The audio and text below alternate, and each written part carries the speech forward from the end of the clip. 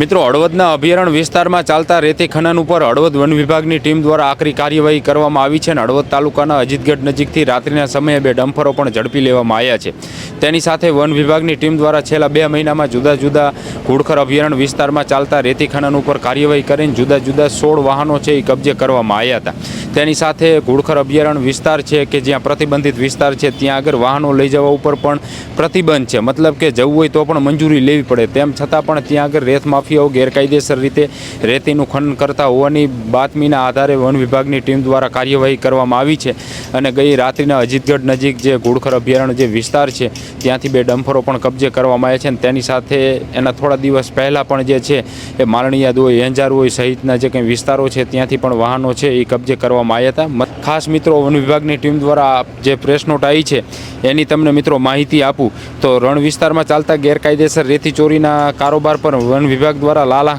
કહી રહ્યા છે કે અમે કરી રહ્યા છીએ અને વાહનો કબજે કરવાની કાર્યવાહી છે એ પણ કરવામાં આવી રહી છે। ખાસ કરીને ધાંગધ્રાના નાયબ વન સંરક્ષક જે છે BM પટેલ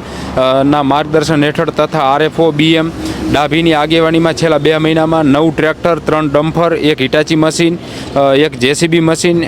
સાથે જ 1 બોલેરો કેમ્પસ તથા 1 બાઇક મળી કુલ નાના મોટા 16 વાહનો છે એ કબજે કરવામાં આવ્યા છે અને આ 16 નાના મોટા જે વાહનો છે મિત્રો એની વાત કરીએ તો હળવદ અભયારણ્ય વિસ્તાર છે એ હળવદ અભયારણ્ય વિસ્તારમાં એંજારમાંથી 1 હિટાચી મશીન અને 5 ટ્રેક્ટરો છે એ કબજે કરવામાં આવ્યા હતા। ટીકર છે મિત્રો તો ત્યાં આગળ 1 JCB મશીન, 1 ડમ્પર અને 1 બોલેરો કેમ્પર જે છે એ કબજે કરવામાં આવી હતી। સાથે માલણીયા છે તો ત્યાં આગળ 4 ટ્રેક્ટર અને 1 બાઇક કબજે કરવામાં આવ્યું હતું અને સાથે જ અજીતગઢ છે તો ત્યાં આગળ રાત્રિના 2 ડમ્પરો છે એ કબજે કરવામાં આવ્યા છે। એટલે મતલબ કે એંજાર, ટીકર, માલણીયા ત્યાં આગળ જે